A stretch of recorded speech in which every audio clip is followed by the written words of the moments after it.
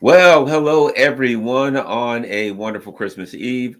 Things are looking kind of bleak for the U.S. proxies in blue and yellow. Let's talk.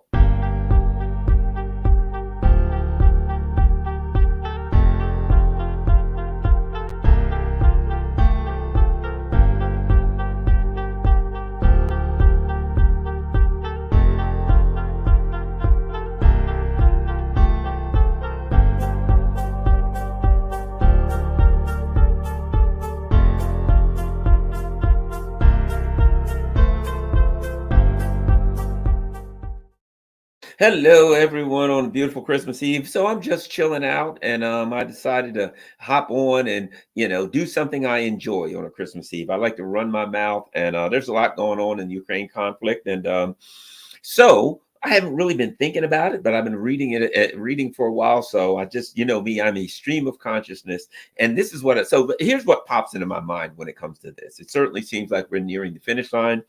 Um, the One of the, I think, the big things going on right now, let's be honest, is the U.S. empire spread thin, and it has to determine where it's going to send limited funds. It's the U.S. empire. I don't know if you're familiar with the economic situation here, but in somewhere between 1 to 2 years, the United States debt and combined with the military budget will eat the entire budget of the United States. There won't be anything left. That's if things don't get worse. Imagine if we run into some nasty recession and we get a lot less tax money in, et cetera, right? So we are in imagine if the dollar crashes or whatever, right? But where we're sitting right now, within 2 years, we're going to have a debt payment, and we're going to have a budget payment, and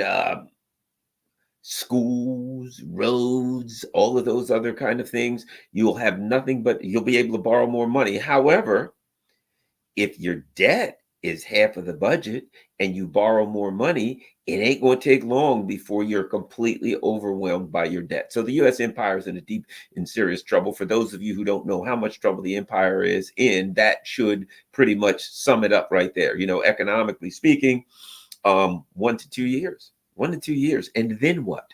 Right. So at any rate, so that leads us right into where we're going for this reason. If you notice, a couple months back, I did a video where I just talked about Joe Biden being interviewed. And when he was interviewed, he said, he was asked, can we afford 2 wars at the same time, 3 wars at the same time? And Joe Biden basically said, paraphrasing, "Are you kidding? We're the United States. We are the most powerful country ever, the richest, most powerful country in the history of the world. You got to be freaking kidding me." And of course, if you remember my video, I'm like, oh, well, there's the kiss of death. That's like when you slip on a banana peel and break your arm, and then you walk outside and a dog bites you. Then you get in your car, you drive across the street. Some guy runs into a stop sign, and it slams into your car and totals your car, right? And the one thing you never ever say, "My God, what could happen next?" Because then like a plane will land on top, a bird will poop right on your head or something, right? You never ask what's next. There's certain things you can do that just begs the universe. It just says to the universe, what it is? It's like putting a "kick me" sign on your head for the universe. And the universe is going to say, "Oh, what happened? What can happen next? Hold my beer," right? And you're going to get it. And when Joe Biden said, "Hey, we're the most powerful country in the history of the world, nothing can stop us," the universe was like, "Oh, really? How about we check this out? Let's see what happens on October 7th." So you get around that one. But at any rate, so they're starting, even though they're saying this is about one thing or another, the issue of exactly how much money the U.S. is spending is coming to the forefront, and they're thinking about that on Capitol Hill. Not to mention, of course, as I've said before, for those of you who haven't been following me, look, the Republicans know that this thing is a goner, that it's a lost cause, that it's going to lose. And if it's going to lose, they don't want it to be around come next November. They'd rather the Democrats lose sometime between now and next November, and they can pound them over the head with it and say you lost another war, rather than have it go on until after November. They expect to win, then they win and it's their baby. And the Democrats say, well, we'd have won if we'd had it, right? You get the picture. They don't want to win in November and then be burdened with a war that can't possibly win. So they'd rather end it now or sometime soon, sometime between now. And I'll put it like this. If they get money through money now, for Ukraine, which will be after January 8th, I think, when Congress reconvenes. If they get money back, even then, it's going to take a long while to get it out. It's going to be a much lower amount, and they ain't getting any more out after that. So they might get some out. They may rake the Democrats over the coals for immigration stuff, but that's about it. We're getting towards the end of any money going to Ukraine, and might I add, I don't know if you've been paying attention to the Ukraine conflict lately, but they're having some trouble getting people to fight. They are conscripting. They're doing everything they can, right? And there's a discussion about these conscriptions that's not being had in the mainstream media in the West, and that is this. Okay, so you say we need 20,000. Here's what they've said. Zelensky apparently has been told by his military they need 20,000 people per month in order to make up for the losses and blah, blah, blah, right? Here's the problem with that. Just any 20,000 people? If you're fighting an army of people who are trained and equipped and armed, can you pick a random 20,000 people off the street? I don't know if you've seen what's happening. They call it conscripting. Most people call it kidnapping. They're grabbing people who are kicking and screaming, I don't want to go. God, no. They're holding a white knuckle grip onto on their windowsill. They're dragging hapless victims out of the window. They're telling other countries, hey, those Ukrainian refugees that went to Germany, yeah, are they still alive? Yeah, good. Send them back. They can die. If they can die, they can come back. If they're alive, they can die. If they can die, we need to put them on the front lines so they can die. And needless to say, these Ukrainian immigrants, refugees, whatever you want to call them, they don't want to come back and die in a frozen trench, hugging a doggone Russian mortar. So they're having trouble getting conscripts. The conscripts are not motivated to fight. They're motivated to try to stay alive, especially when they also intuitively know that this thing is over. And here's the other part of it. You're just going to take random people and throw them into the ditches. They can't fight. Those aren't people who are going to, be able to present a viable threat to the Russian army. The idea, and this isn't discussed in the West when they talk about, raising more people for the army. You can't just let's say they take 10,000 people off the street. Let's say you go to a soccer game and there's 10,000 people and you put a uniform on every one of them and take them to the front line. What do they know? Do they know how to use a gun? And you got artillery. Do they know how to use the artillery? Do they know how to use the tank? Do they know any tactics? Do they know how to spread out? Do they know how to assault a position? Do they know anything? No. You just got random soccer hooligans. They know how to chug beer and ale, but they don't know how to fight. In the West, the issue of conscription and Ukrainians going to fight is never mixed with the issue of, are they competent warriors, which they are not, which means you're sending them to an untimely demise. Nothing more, nothing less. The thing about it is, though, as far as the Biden administration and the neocons are concerned, if you throw bodies out there to die and those bodies slow the Russians up and we can get another couple months out of it, they're fine. That's what they see them for. So we're sitting here and now they're going to have bodies, but they're not going to have ammo for them. They're not going to have training for them. They're not going to have much of anything for them. They're going to go out there to die. We're reading articles where they're interviewing Ukrainian fighters on the front line, and they're like, yes, I'm an artilleryman. Well, what's going on? I got 5 artillery shells a day, 5 a day. The enemy's throwing 100 a day at your positions in your area, 500, 1,000 a day at your positions. You got 5. Count them, 5. That ain't a war. This is not a war anymore. Don't get me wrong. I'm not saying that the Ukrainians aren't, assaulting Russian positions and they're not fighting back, but I'm saying this thing is melting away. And I suspect as we get near the finish line, what we're going to see soon is, and here's the way I see it, Ukrainians abandoning their positions. They're abandoning their positions. Clearly, there's instability in the Ukrainian government. So you've got a country, a proxy army, a proxy country that's fighting a powerful, powerful military with conscripts, with old people. The people who are supporting them financially are fighting over whether or not to give them another stinking dime.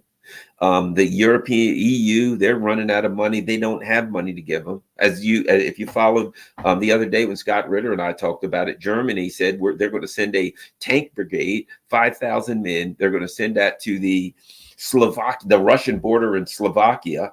Problem is they can't get the guys to get it together until 2027, and they don't have any tanks for them. That's the people that's supporting this proxy army. They can't put together a tank brigade. So what are they going to give the Ukrainians? Nothing. The Ukrainians are out of they're out of ammo. They're running out of people. The people that they're running out of money.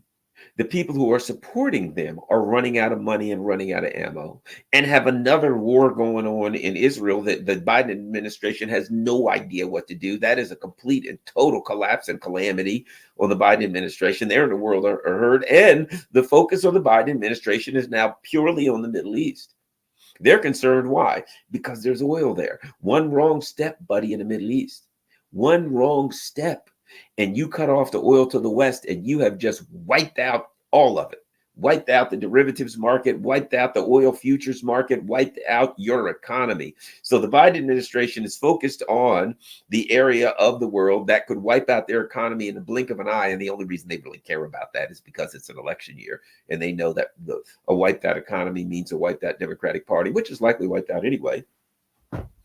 The only thing they may save them is the Republicans are a bunch of lunatic idiots that support genocide the same as the Democrats, if not more, which is impossible probably to support it more.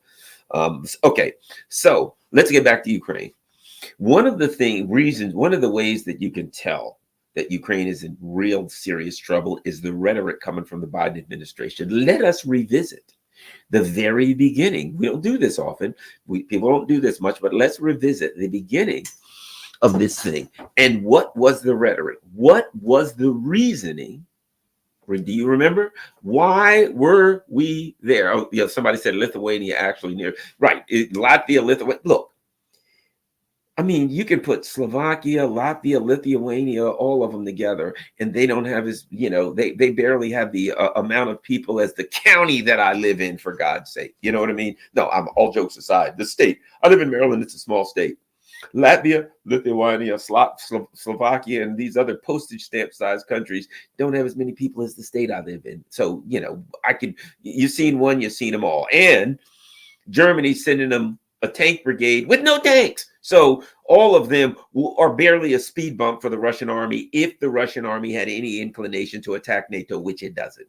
And that brings me back very importantly to what I'm saying, and that is the rhetoric to define the reasoning that the American people should use to support the conflict. And number one, it was the Russians, there are no Russians, it was Putin. Putin had attacked a democracy on his border. Putin didn't like a democracy on his border. He hates democracy. And when he saw this innocent democracy on his border, he launched an unprovoked attack. Completely unprovoked. Nothing ever happened. The United States was never there. We didn't build any bio labs. Hunter Biden didn't wander in and get his crack money there. Nothing ever happened. Victoria Nuland didn't hand out cookies. We were no part of the Maidan coup. It was simply a freedom rally or something like that in a free, freedom, democracy country. And when Putin looked over that, he says, oh my God, there's freedom and democracy. I got to attack it. That was what we were told. As preposterous as it seems, there's some Americans that are such schlumps that they believe that in Europe. And so all these idiots started waving blue and yellow flags.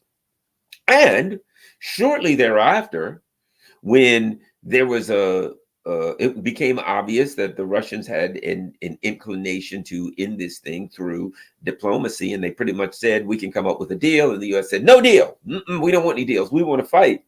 It became Remember Lloyd Austin? We must weaken Russia so they'll never do this anywhere else in the world again, right? Because the Russians, who don't even have a single aircraft carrier because they have no desire to project their military power around the world, they may attack, I don't know, East Timor or something, who knows? But so initially it was, there's an innocent, dear, sweet little democracy with no Nazis whatsoever. No Nazis there.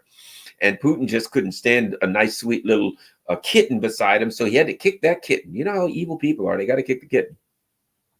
And that morphed into, we have to do this because we got to weaken Russia. And then that should have been a hint to people. Wait a minute. We're going to weaken Russia, and we're going to weaken Russia, but Ukraine's going to do the fighting. And then remember Lindsey Graham, well, this is the best money we've ever spent. Russians are dying. We want Russians to die. Death to Russians. Remember that? Everybody says death to America. We don't like it. Lindsey Graham, death to Russians. Russians are going to die. We got to spend all we got to do is spend a little bit of money. And okay, a lot of Ukrainians are going to die. Yeah, we don't really care about that. Best money we ever spent. Some worthless Ukrainians whose lives we care nothing about. I mean, they're just cannon fodder. All we got to do is keep throwing Ukrainian cannon fodder at the Russians, and some of the Russians will die. Best money we've ever spent. And even some of the Ukrainian regime was out there literally saying, we're fighting for NATO. Support us. We're fighting so you don't have to. Can you imagine that? Yes, sir. My people are dying so you don't have to. Talk about suckers, voluntary suckers. But so the rhetoric went from a poor little democracy attacked by a bad guy to we're going to weaken Russia to, but what is Biden saying now? What's Biden saying now? Biden has adjusted his rhetoric to scaring people. Not saying what he didn't say before. So now what is he saying? We've got to stop Putin and the Russians. We've got to win. Why? Because if we don't, the Russians, once they win in Ukraine, guarantee 100% they're heading for the English Channel.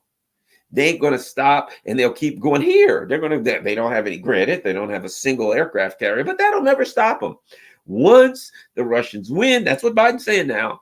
Once the Russians win in Ukraine, if they win in Ukraine, which they won't, because we know they're only fighting with shovels. How can they possibly win that? And they're using chips out of washing machines. Granted, their uniforms will be sparkling clean, but they can't possibly win. Remember that. They're going to lose. They can't win. Guaranteed to win, lose, blah, blah, blah. But if they win, which they won't. But if they do, which they won't, they can't. But if they do, they will immediately attack other countries, and then the United States will have to protect them, and then we'll be at war with the Russians. So they'll attack Latvia, the other Baltic states that are, the size of a small village outside of Berlin, and a couple dozen people living there, and we gotta sacrifice the entire world in a nuclear war to save Latvia, Slovakia, Lithuania, or some other ungodly, worthless place like that. Not that the people there aren't wonderful, but the reality is the whole world shouldn't die for the neighborhood. Look, if Maryland has to be sacrificed, if you have a choice, look, here's what we can do. Everybody in Maryland can die, or the entire rest of the world. I live in Maryland, and I'd say, yeah, probably everybody in Maryland ought to die, because I can count. We got 6 million people in Maryland and 7 billion in the world. If we want to be honest, let's save the world. Maryland's got to go. I mean, think about it, right? So if the U.S. says we've got to protect one of these countries with 1.4 million people, really? And what happens then? The likelihood is we go to nuclear war and everybody dies. It wasn't worth it. Let them croak. And even if I'm there, it's not logical. It's not a logical thing to say in reality that the entire world should die in a nuclear holocaust to save a group of people who are also going to die in the nuclear holocaust. So really, like, symbolically, you're pretending you want to save them, but you're going to have a nuclear holocaust and they're going to die. You're just making sure everybody else dies also. So I can count. That's all I'm saying. It's called triage. Okay, let's not go there. All right. But what we ultimately have now is the rhetoric of desperation now. I tell you what, I remember something. I remember uh, 2016. I was at the in Philadelphia at the Democratic Convention, covering it for Pacifica Foundation and Fox News, right, in 2016. And I'll never forget, somebody who was a Hillary supporter walked up to me and was like, "Yes, Garland, you got to support Hillary." And I was like, "Yeah, I liked Bernie. I'm not supporting Hillary." "You got to support Hillary." I'm like, "Yeah, there ain't no chance of that." And this woman said to me, "If you don't support Hillary, Trump's going to shoot you." And I looked back at her and I said, "I'm not motivated by the fear of death." And she just looked at me because she didn't know what to say. And she turned around and walked away because, I mean, she went for it, man. "Hey, look, Garland, let me use the fear of death. If, think about this, if you don't vote for Hillary, Trump is going to specifically come to your home. 'Hello, who is it?' 'It's me, Donald Trump.' 'Yeah, that's kind of weird. You just won the presidency. What are you doing at my front door?' 'I'm here to shoot you.' 'Why?' 'I don't know. I'm Donald Trump. It's what I do.' Some lady called me and she was a Hillary supporter and she said, 'Hey, if you win, you got to go shoot Garland.' And I'm like, 'Okay, but I don't have a gun.' So I went and bought a gun and some bullets. 'Oh, well, I don't have any bullets.' 'Garland, you have a few extra bullets?' 'Not really.' 'Well, I'll be back in an hour. I got to get some bullets, but I got to shoot you.' And I'm thinking, because I'm a person that, like, I think practically, I think logically. And I'm like, do you really think I'm stupid enough to vote for Hillary Clinton because some lunatic walked up to me in Philadelphia and said, 'If you don't vote for Hillary, Trump's going to shoot you'? No, I'm not that stupid. So are the American people stupid enough that when Biden walks up and says, 'Hey guys, we got to give another $60 billion to the Nazis'? Why? Otherwise, Putin and the Russians will attack the rest of Europe and probably us too, whatever. I don't know. Probably come to your house. The only thing he didn't say is Putin will come to your house and shoot you. He should have. He should have enlisted that Hillary supporting lady. He should have called her up and said, 'Will you do a speech for me?' 'Sure. What do you want me to do?' Tell America that if they don't get $60 billion right away to a bunch of goose stepping, Sieg Heil screaming Nazis, that Putin's going to come to their house and kill them." She probably said, "Great idea. I think it'll work. I've used it before. Didn't work so well before, but let's give it a shot again." That's what we're looking at, people. We're looking at desperation now, playing on your fear of death, literally. If this is Biden, if we now there's a supposition in here. If Putin wins, then we're going to have to fight him, and then he's going to attack everything else, and we'll go to World War III. We all die of nuclear holocaust, right? But there is, in fact, a supposition in here that I think we have to question, and that is this. We have to give $60 billion to Ukraine, because if the Russians win, they're going to attack, sloppy or whatever the hell, right? They're heading for the English Channel. Let's just say that.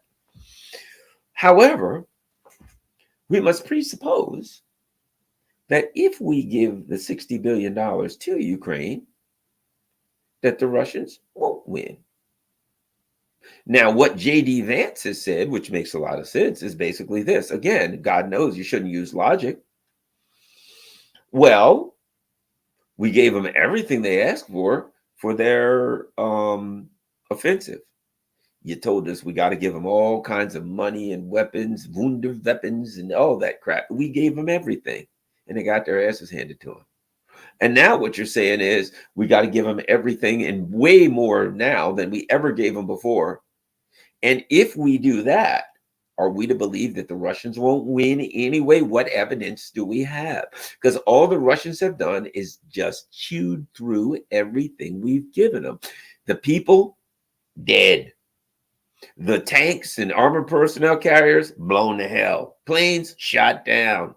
Artillery, shot, blown up. A lot of it was blown up. The Russians would figure out where their ammo dumps are, blow their ammo dumps to hell. So everything we gave them, so far, none of it worked. And what Biden's saying is, but this time it will. We got to give it to them this time. And if this time we give it to them, it'll work. Well, I think some people are realizing that it won't. I do think this.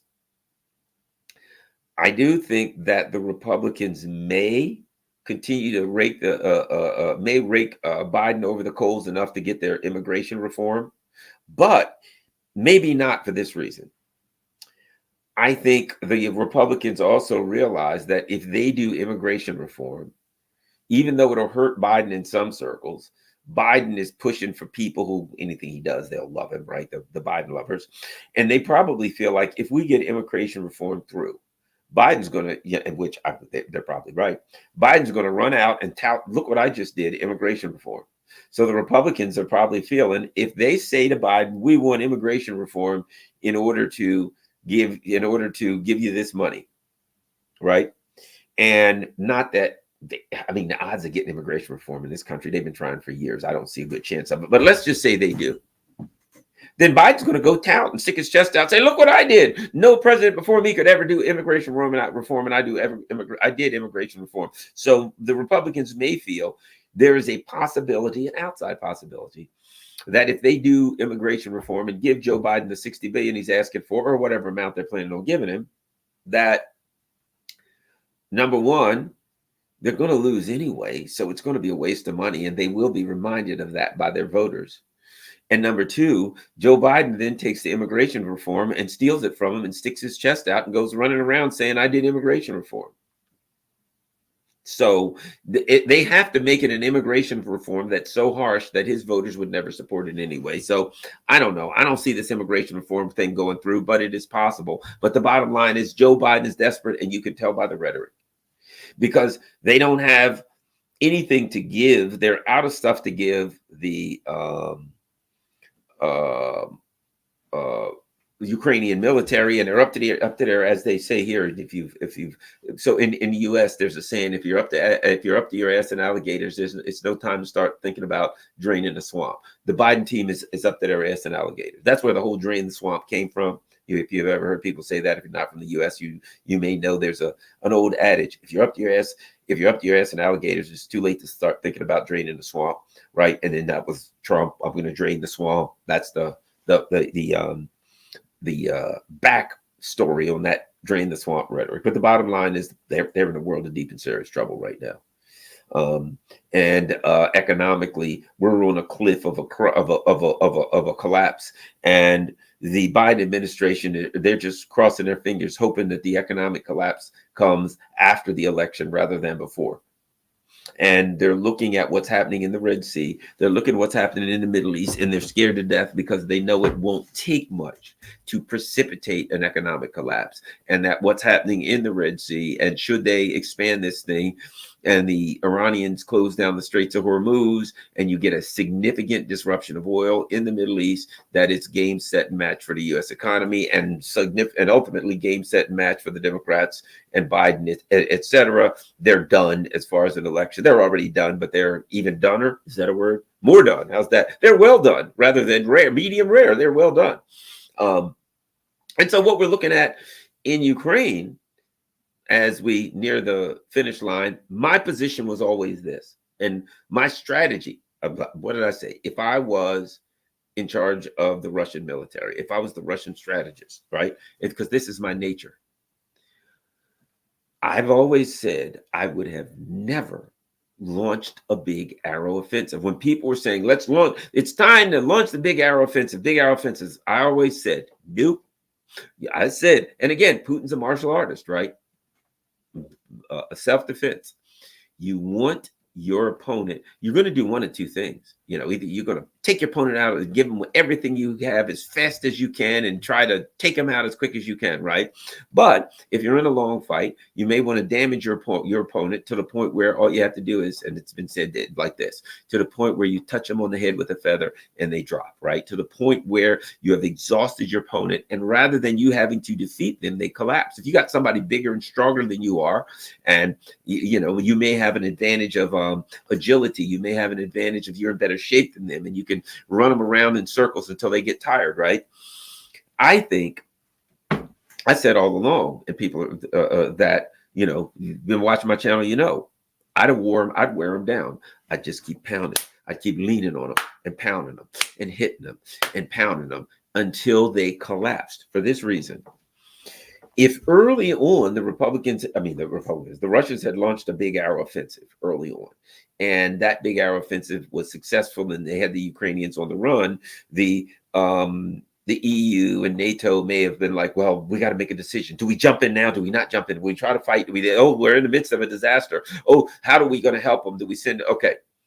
But if the Ukrainian state, military, and more importantly, the political infrastructure collapses, there's nothing for the neocons to support. You want them to collapse. Once they collapse, NATO, there's nothing to come in. There's nobody to give stuff to.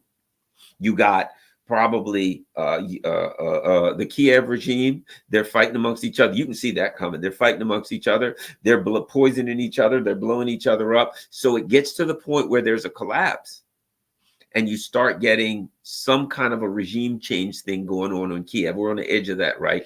You get that economic, ideally for the Russians, ideally, you want an economic collapse that precipitates a political collapse, right? Because the economic collapse is the people out here every day are going to look at the government, because what are they going to say? You're the government. Our economy is collapsing. What are you going to do? Do something. They got nothing. They can't do anything, right? When they can't do anything, the government's now, number one, the people are going to say we're pissed. They'll be in the streets. They'll be screaming and yelling, whatever the case may be. They'll be protesting. Meanwhile, you got an army that ain't getting paid and ain't getting no new ammunition. Hey guys, can you send some ammunition to the front? We got none. Hey, our guys have been checking their accounts and there's no money in it. Yeah, we can't pay them anymore. So they're on the front lines. There's no ammo coming, no food coming, no fuel coming for their tanks and stuff, and they ain't getting paid. At some point, they're going to abandon their positions. So if you're the Russians, I felt like this all along. If you're the Russians, you want that thing in front of you to collapse. You don't have to do a big arrow offensive. You just saunter. Or you don't want to have to assault the enemy lines. You want to have to saunter. Just saunter over to the enemy lines. Why? Because the enemy's gone. They ain't enemy lines anymore. They're out of here. All along, that was my plan. If I was the Russian general staff, is that what they call it? That'd have been my plan. It was never. So now what I think we're seeing is the Russians can see a couple of things. They can see weakness in the background, right? They can see the Ukrainian political infrastructure starting to crumble. So what they want to do is they want to lean on the lines right now. You don't want to launch some big arrow offensive. No, lean on them hard, right? Put your heavy weight on them. Hit them, push, not attack with everything you have, but make them defend and make them take a heat or constantly. That way, it puts the pressure on the regime in Kiev. The pressure is constantly on them, and they're asking questions. What do we do? How do we do it? What next? And at some point, I think my prediction, I'd like to say when, I don't know when. Could be, I thought we were, a couple months ago, I thought we were a little closer to this than we are. But at some point, these guys start abandoning their positions, and the Russians know it. The Russians know it, because the Russians now are starting to really have a discussion. And oh, by the way, the people are like, Garland, you've been slumped over lately in front of the thing. A buddy of mine said, I've been watching you lately, Garland. You look kind of slumped over. Had a pinched nerve, and I had a whole lot of back pain. So I'm slumping right now. Deliberately, my chiropractor said, sit in the chair, and you want to slump like this, and that'll keep your spine turned a little bit. And so I'm a lot better. God, I've been through hell the last 4 weeks with my back pain, but it is definitely getting a lot better. Thank goodness. But at any rate, so that's what bottom line, that's what we're looking at. We're looking at a coming collapse. At that point,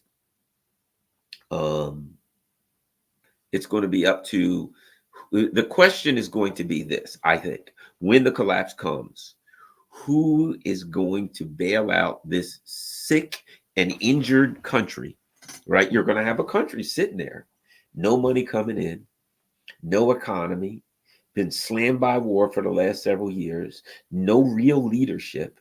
The Russians are not going to have to fight to take a lot of these cities. The Ukrainian military, here's what I have to say. Remember this. This is a prediction. The Ukrainian military is going to crumble and melt away. They're going to leave. They're going to abandon their positions. And who are they going to be mad at the most? Not the Russians. Look, the Russians are the enemy. They're given. They're trying to bomb you. They're trying to attack you. Okay. My prediction is that the military in Ukraine, the government of Ukraine, the Ukrainian people, etc., are going to be the most pissed at the U.S. and the Europeans, because they're going to wake up one day and realize that they've been had. They're going to wake up and they're going to say, "You told us a bunch of lies. Look what the hell we went through, and for what in the end?" The Ukrainian people, when it's all said and done, Ukraine is going to be pissed at the West. They're going to be pissed at Europe. And they're going to say to them, "You owe us. You owe us. You wiped us out. You destroyed us." And the problem, and this gets back, let me take this and bridge this also back to domestic politics. Because this is the problem the Biden administration is going to have everywhere. But the problem the Biden administration is going to have is this. And this is, remember this conversation. There's a whole lot of people in Kiev that know a whole lot.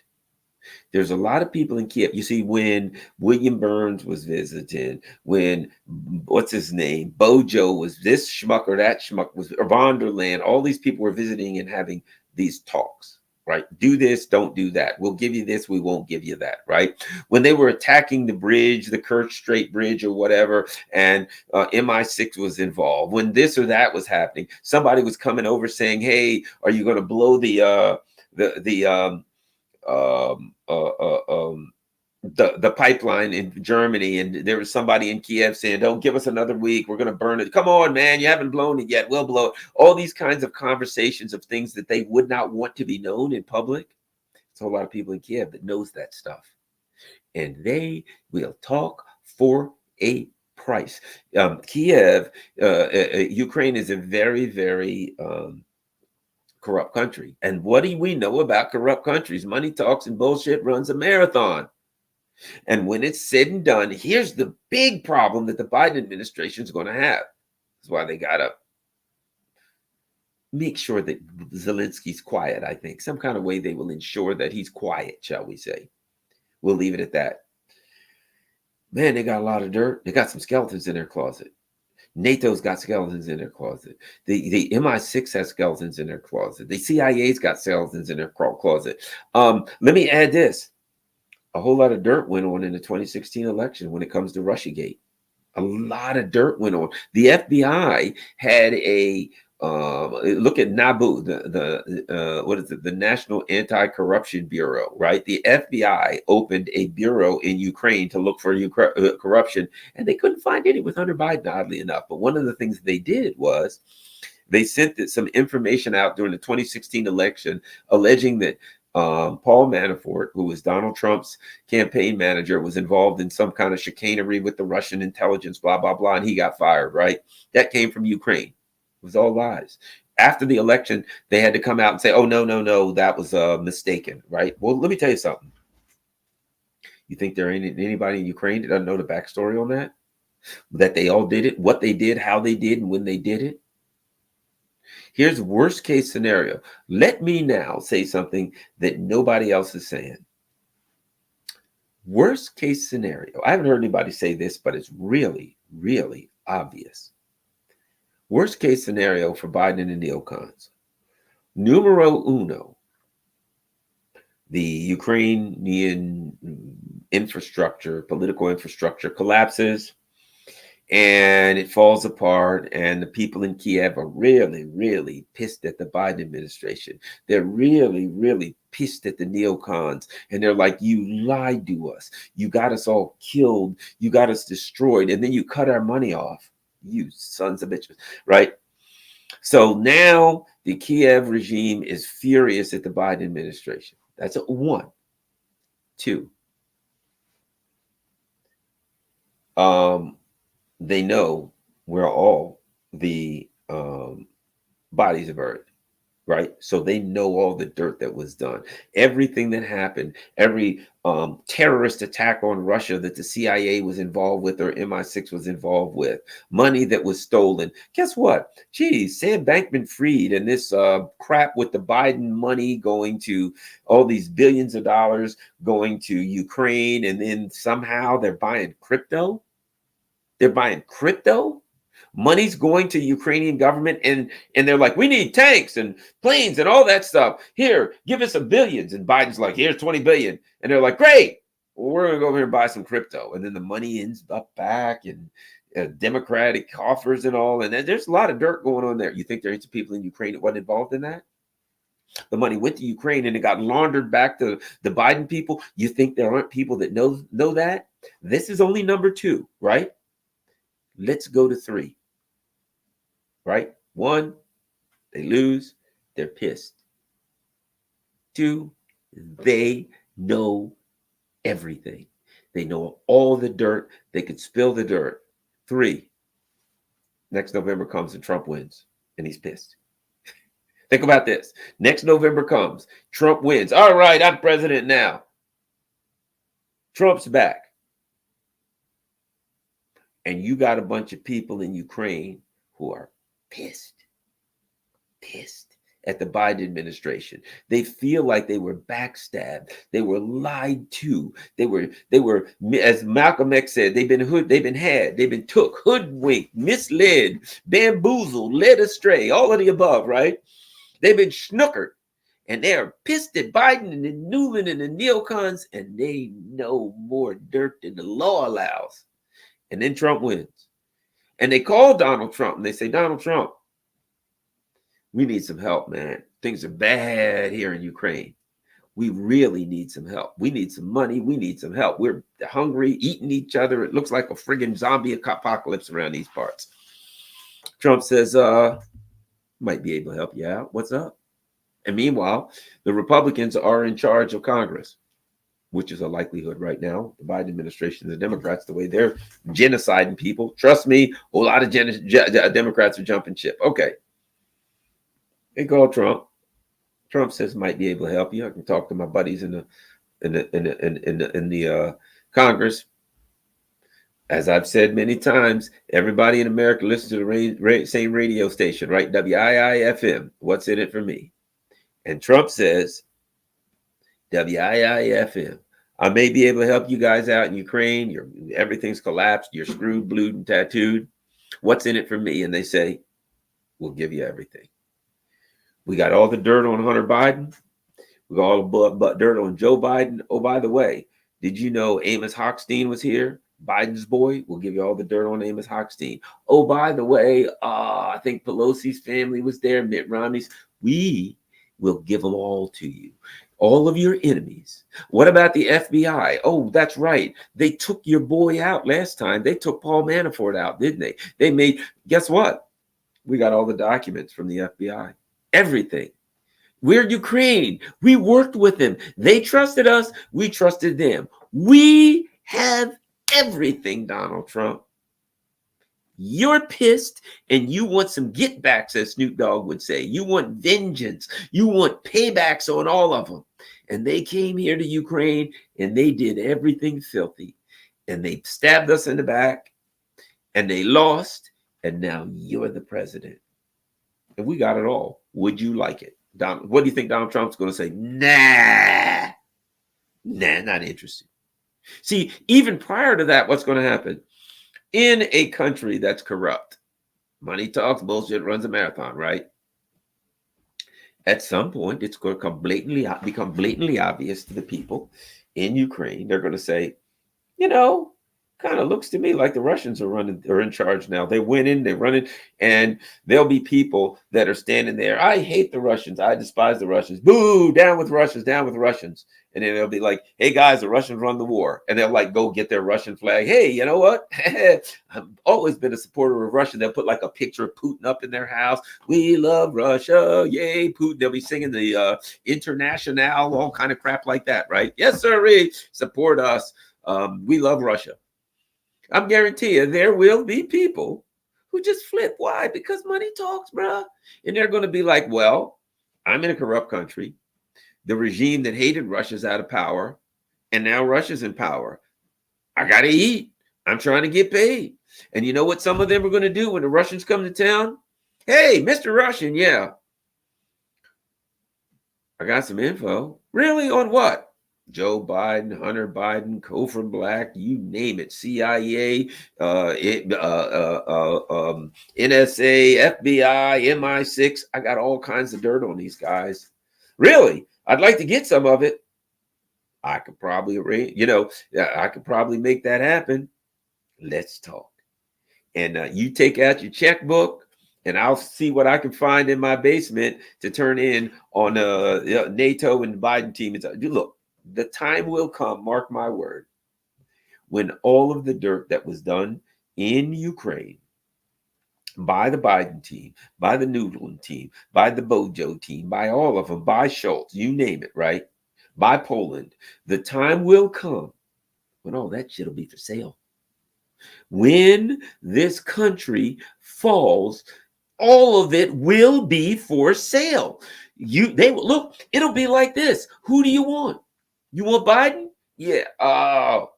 Be like trading cards, right? Hey, I got a 1966 Frank Robinson MVP card, right? Hey, how much you want for that? It'll be like this. Yeah, we got some dirt on Hunter Biden and Joe. We got a folder right here that ought to give him 20 years. What are you asking? Okay, let's start with you. What do you want? 100,000, give me 150 over there. 200,000, 225 going once.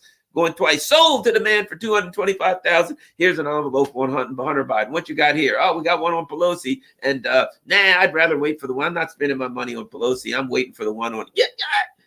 I'm telling you, these people have been dirty. They're fools. They went to this country and did what they always do. They go to a country, they overthrow the government, and then they pick to the bones of the country and steal everything that ain't nailed down, right?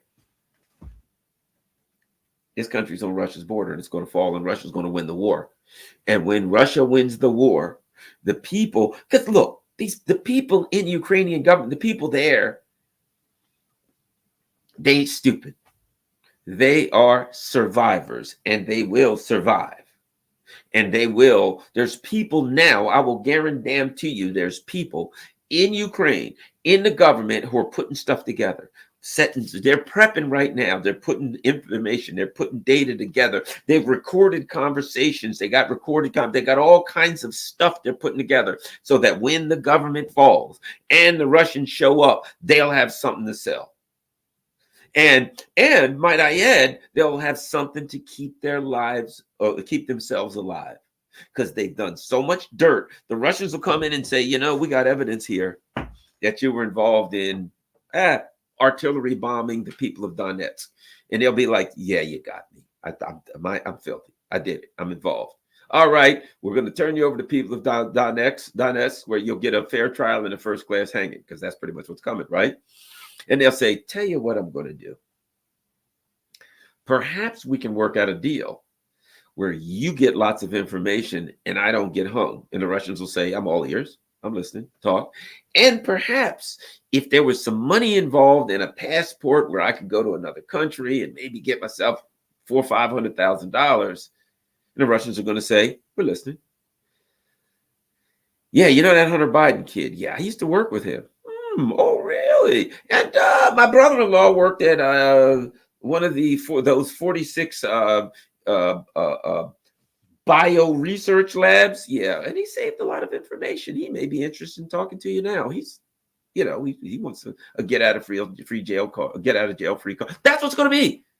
When this thing falls, and Biden and Newland and that team already know it, they know, I will guarantee you, they know that there is a get out of jail free cards all over Kiev because they've been running their mouths. They've been sending emails. The emails are going to be printed out. Hey, make sure you kill some innocent people. All right, I got it. Thanks. Printed that right out. Biden orders kill innocent people. They are screwed, man.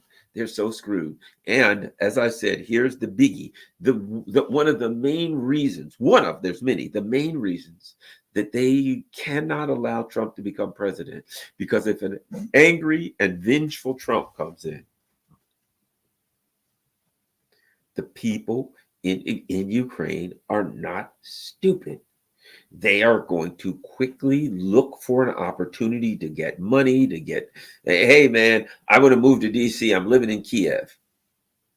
Man, you can't move to DC. Oh, yeah, what if I had some dirt on Biden? Well, you might be able to move to DC then. And I have a nice, Northwest is nice, isn't it? Sure is. Would be nice to have a condo over there. Depends on what you got on Biden. There's good, man, the dirt is going to be out there. So that's the bottom line. They can't let Trump get in because Ukraine, all over Ukraine, they will be dancing in the streets to give the dirt to Donald Trump, and he's going to be angry, and he's going to try to bring people in that's going to look into it. They can't afford it. They can't afford it. Trump comes in. What happens when he says, all right, I'm going to bring some of the CEO and Navy guys in. I'm the president, and I ordered you to talk to me about what happened with Nord Stream. And some of them say, okay, we'll talk. What happens if some of the FBI people say, look, I don't want to go to jail?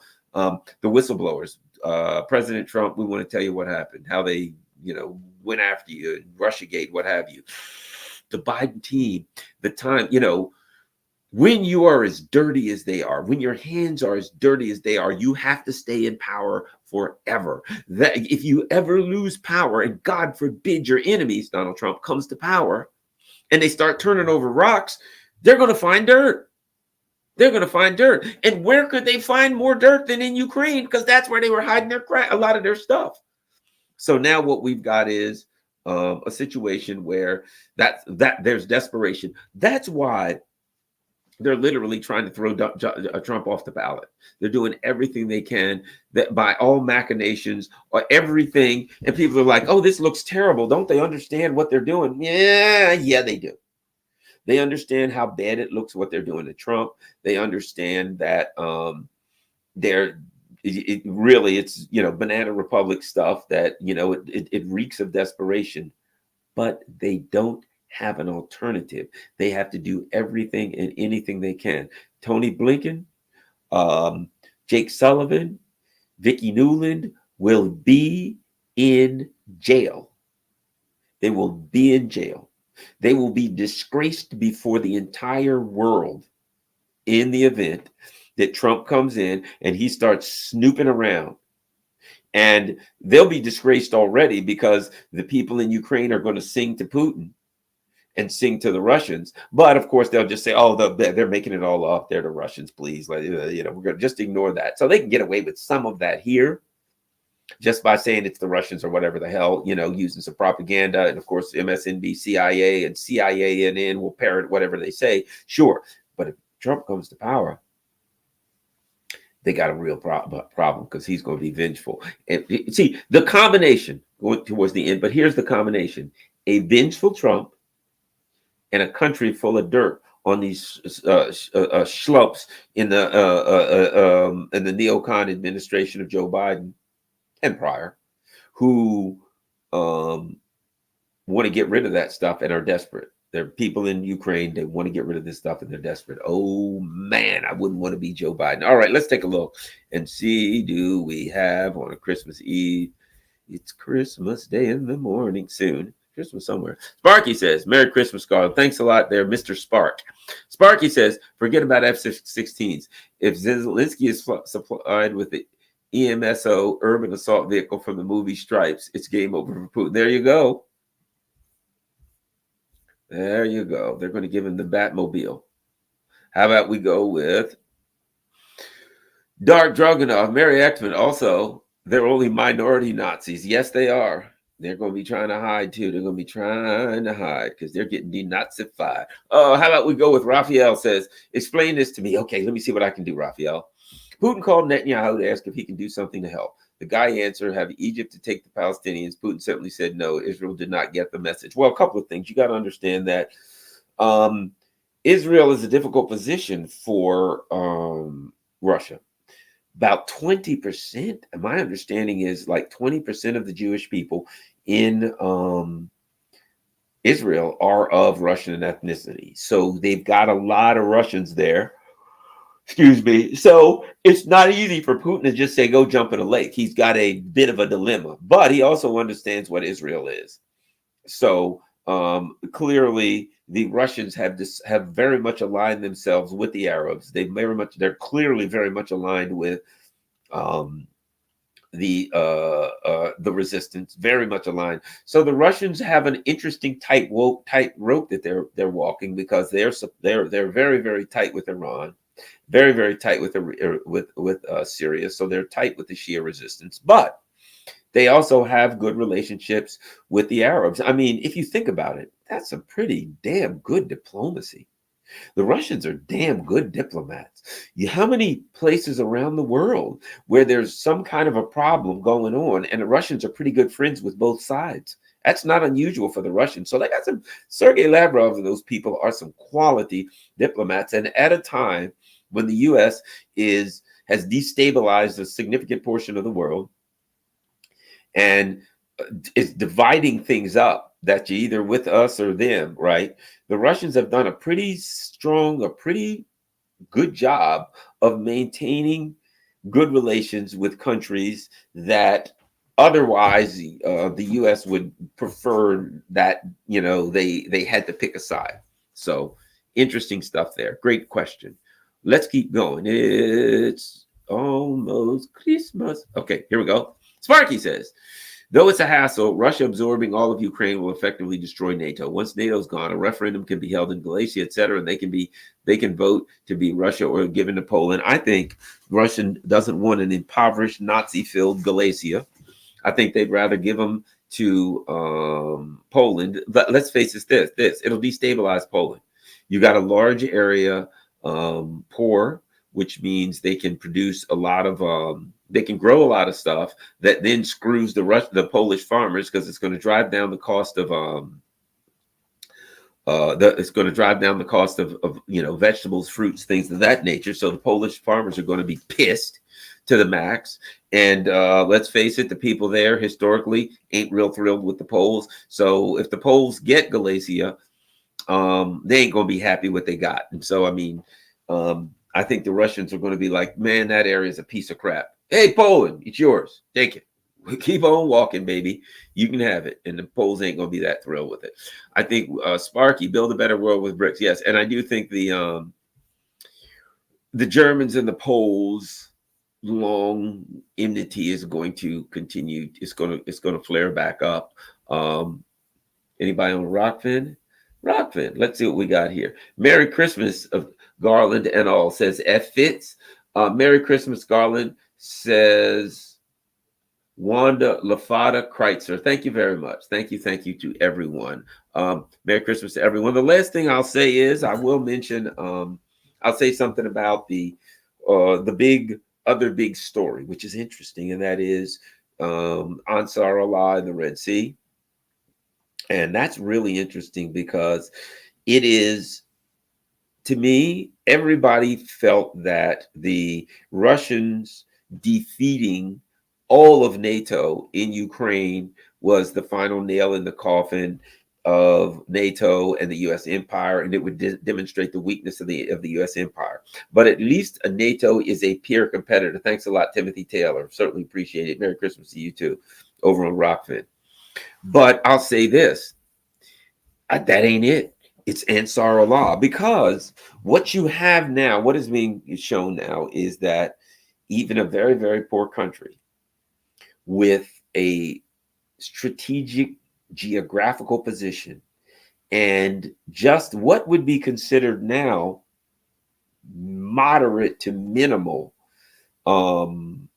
military technology, probably just minimal military technology, a bunch of drones and some missiles. That ain't hard to get that stuff. You can damn near buy it on Amazon, these days. A couple of anti-ship missiles and some drones. You can buy them on Amazon. Order them, you'll get them within 24 hours, right?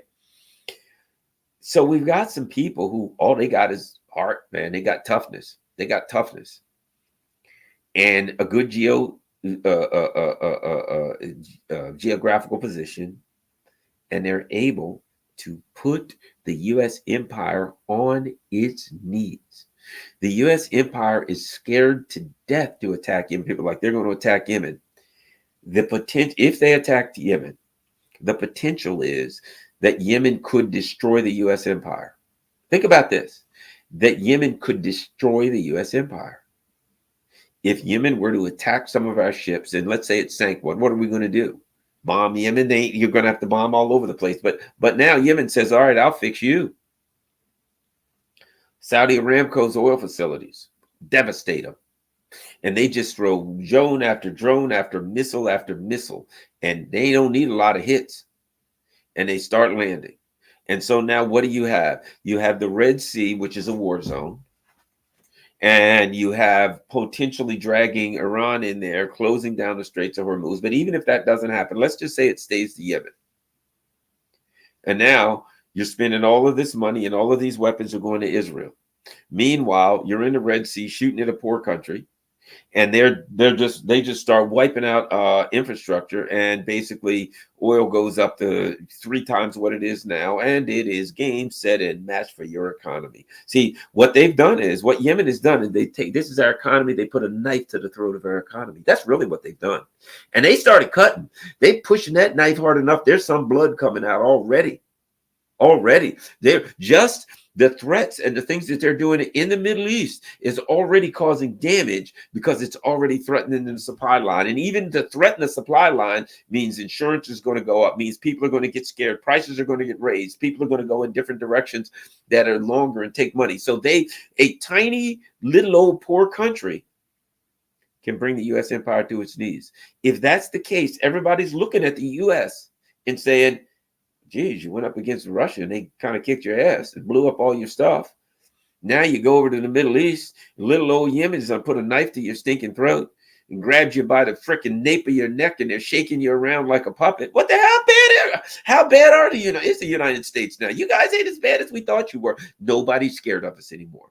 That's what Yemen has done. Nobody's scared of us. People aren't scared of us anymore, because they know we got an Achilles heel right now. That's economic. That's our economy. The Ansar Allah, the government of Yemen, is simply doing this. Again, martial arts. What happens? I don't care how big and strong you are. Your groin is still weak. What about your fingers? Care how big and strong you are. Somebody gets that little finger, a woman, and they go sideways and snap that finger. If somebody gets that wrist pushed back, right? There's things that people can do. There's all kind of pressure points that people can strike that are going to hurt. There's weaknesses you have. People can headbutt you. You're big and strong, and you grab that guy and pull in, and he headbutts you right here to here. That headbutt strikes. Bam! You grab. You're big and strong, and you grab and you pull him in. And instead of fighting back, he just comes in and wham, puts that head right in there. Bashes your teeth against your lips, against your teeth, cuts them all up, knocks teeth out, breaks your nose, your glasses are broken in half. You are in a world of trouble. You have weaknesses, and a person can figure out your weaknesses. You have your Achilles heel, and a martial artist will attack your weaknesses constantly, your weak areas, right? This person who understands self-defense. They ain't going to go to your strength. They're going to go to your weaknesses, right? Yemen, the government of Yemen, Ansar Allah, has shown the U.S. has a gigantic weakness. Our economy, our capitalist economy. They put a knife to that capitalist economy, and they said you take one step, we'll cut it. One step wrong. And the United States can't even punch them. The United States can't bomb them. We got all of this stuff, and they have none. We can't use it against them because they got a knife to our throat, and they're just saying, okay, come on, try it. I got this knife right here. I don't care what you do to me. What you do to me, by the time you move, your throat's cut. Too late. You can kill me after that. You can do whatever. It's too late. You're going to bleed out. And that's what they're saying. Whatever you do, if we hit that Saudi infrastructure, it ain't going to be back fixed for a year. Bottom line is, and in the middle of winter, The price of fuel and all of this stuff is going to go through the roof in the middle of winter. In the middle of an election season, Joe Biden, you're done. You're done economically. You're done politically. They got a knife to the weak spot of the U.S. empire. And so anybody who's looking at the U.S. empire now has to say, if I really want to threaten the U.S. empire, I got to do it first and foremost economically and politically. They've taught people a lot right now. At any rate, thanks a lot, everybody. Let me look and see. I think that is it. Oh, I got another one. Raphael says, you're from D.C., Ron Rivera. What say G? Keep him. Okay, Rivera's out of here. He's done. He's history. That's over. Hooray, Yemen. Thanks a lot, Sparky. All right, thanks a lot, everybody. As usual, you got the like button. Make sure you brutally and viciously assault the like button. You can strike it, you can kick it, hit it, elbow strikes, wham, right to the like button. Right, take that like button out. That like button is your enemy. Punish the like button, and because we got to do something about this here algorithm. Also, you see everything going across. Buy me a coffee is always great. You can go in there, buy a Garland a coffee, $5. How many coffees? Whatever, however many. And of course, now buy me a coffee. You can do just like Patreon. If you choose, you can become a subscriber and do that monthly. So, hey, it's Christmas. Buy me a coffee. Patreon, PayPal. You see my Cash App, all that kind of stuff. Anything you can do to help the channel is highly appreciated. We got a big year coming. I got big plans. Looking forward to it. Thanks a lot, everybody. Merry Xmas to all my friends and a Happy New Year. Peace. I'm out.